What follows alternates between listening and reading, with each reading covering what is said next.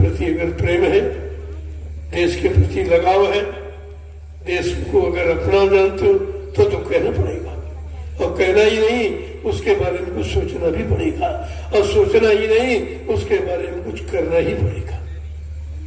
ये सब काम धीरे धीरे आपके साथ। मैं तो यही कहना भाई सेवक को, जो जिस लायक हो। मैंने तो कभी धन के सहयोग की बात कही नहीं, न पहले कभी कही ना आज के थे, लेकिन सही, क्योंकि लोगों को तुम्हारे धन की जरूरत, तुम्हारे सामान की जरूरत, तुम्हारे सम्मान की जरूरत है, लेकिन हमको तुम्हारी जरूरत है। कितना अंतर है हमारे उनमें, यही फर्क। हमको तुम्हारी जरूरत। परिवर्तन धन दौलत से नहीं होता, इंसानों से होगा, इंसानियत से होगा, सच्चे विचारों से। यानी होता है अच्छे धर्मी कर्मी त्यागी तपस्वी चरित्रमान लोगों से भारत देश का परिवर्तन हुआ और होगा। जब तक ये नहीं आएगा कुछ होने वाला नहीं है। कितना निडोरा पीट लो, कितने भाषण कर डालो, कितने प्रधानमंत्री बदल डालो, और कुछ भी कर लो, आप कुछ होने वाला नहीं है जब तक अपने विचार आप नहीं बदलेंगे। अपने को बदलो, अपने को, जो तुम हो वही सब है। ये क्यों नहीं समझते?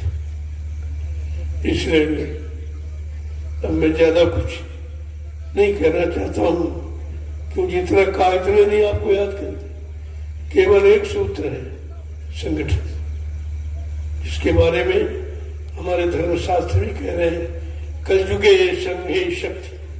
कलयुग में संघ संगठन ही शक्ति। जिसके पास संगठन है उसके पास सब कुछ। आज जंगल में आप बैठे हो किसके बल पर?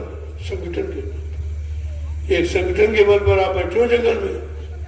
यहाँ तो दिन में आना मुश्किल तो रात में कैसे बैठे? ये संगठन का प्रत्यक्ष प्रमाण आपके सामने देखते हैं। मैं उसी में लगा हूं, अपना परिवार संगठित कर रहा हूं। मेरा और कोई उद्देश्य नहीं, कोई न मेरा कोई काम है, न मेरी कोई इच्छा है, न कोई लालसा, न कोई ख्वाहिश, न तमन्ना।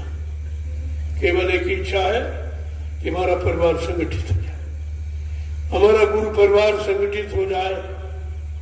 इसमें सब कुछ समाया हुआ है। जब बैठ के विचार करोगे तो आपकी समझ में आ जाएगा कि मेन सूत्र है संगठन। ये जिसके पास उसके पास सब कुछ। और धीरे धीरे आप देखते जाइए। मैं जंगल में इतना बड़ा जनमत नहीं कोई ला सकता, वो भी निस्वार्थ। कोई मेरा स्वार्थ नहीं है। मैंने कोई किराए भाड़ा देखिए, किराए पर इनको नहीं बुलाया। इनसे पूछे, आप अपनी गाड़ी कमाई खर्च करके ये जंगल में सारे परेशानी उठा के आए, अपना बिस्तर सिर पे रखे, अपना नाश्ता लेकर के यहाँ आए हुए हैं। तो किसी राजा ने पूछा, किसी प्रधानमंत्री मुख्यमंत्री ने पूछा कि भाई तुमको क्या तकलीफ है, तुम जंगल में क्यों परेशानी उठा रहे हो, क्या दुख है? किसी ने पूछा आपसे? फिर जिनको तुम्हारी चिंता ही नहीं, तुम उनकी चिंता क्यों नहीं बैठे? जिनको तुम्हारी चिंता ही नहीं है, केवल तुम्हारे वोट की चिंता है, तुम्हारे नोट की चिंता है, तुम्हारी कमाई की चिंता है। बाकी तुम्हारे दुख तकलीफ दूर करने की, तुमको न्याय दिलाने की, तुम्हारी सुरक्षा करने की, रोजी रोटी दिलाने की उनकी कोई जिम्मेवारी नहीं। खत्म हो चुकी। कब तुम जागोगे? जब तुम सोए हो। जब पहले सोए तो हिंदुस्तान कहने के लिए और मुसलमानों ने 350 वर्ष शासन किया।